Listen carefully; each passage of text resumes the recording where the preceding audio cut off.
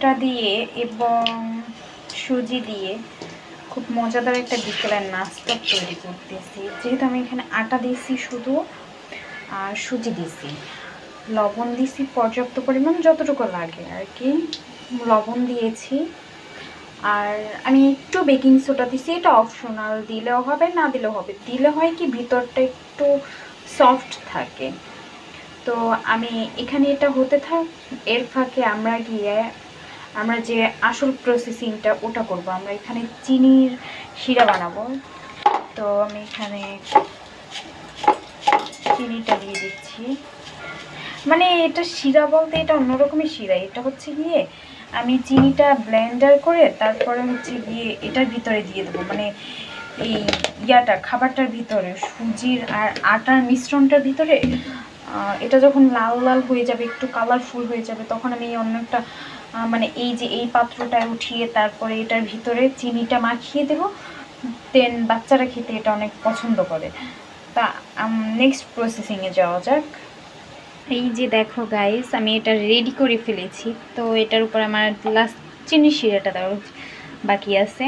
তো আমি চিনির শিরা বলতে এই চিনির মিশ্রণটা আর কি আমি ব্লেন্ডারে ব্লেন্ড করছি।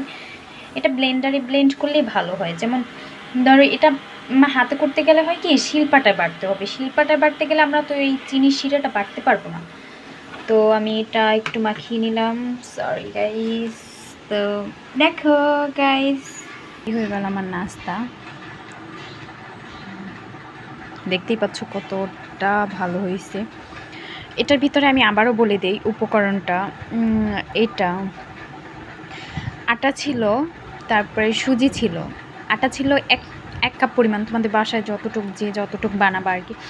1 কাপ পরিমাণে বাইরে এত বেশি হবে আমি কল্পনাও করতে পারিনি। 1 কাপ পরিমাণে আটা ছিল, সুজি ছিল, তারপরে হচ্ছে গিয়ে আমি হালকা পরিমাণ মতো লবণ দিয়েছিলাম। আমি লবণটা আর কি তোমাদের স্বাদ মতো দিবা, কে কতটুকু খাও বা এই ডোটায় কতটুকু লাগবে। তারপর হচ্ছে কি বেকিং সোডা আমার হাতের কাছে ছিল তাই আমি দিয়েছি, না দিলেও সমস্যা নেই। না দিলেও এটা একটু নরম হয়েছে বেকিং সোডা দেওয়ার কারণে, কিন্তু না দিলে একটু শক্ত হবে, ওটা খেতে আরও মজা ভাই, কী যে বলবো।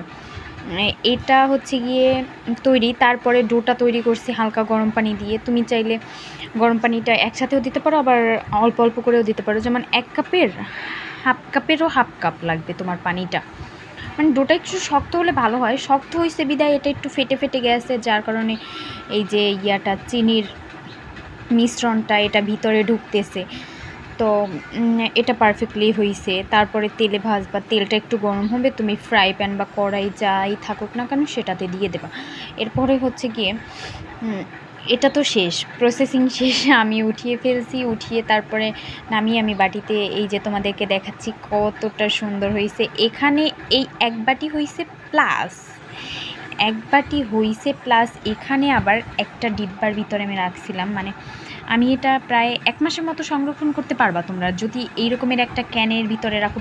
তোমরা যে কোনো বাসায় একটা ডিব্বা থাকলো ওইটার ভিতরে মুখটা বন্ধ করে রাখো, তাহলে তুমি 1 মাসে বেশি সংরক্ষণ করতে পারবে। এটা মোটামুটি আমার 1 মাস চলে যাবে।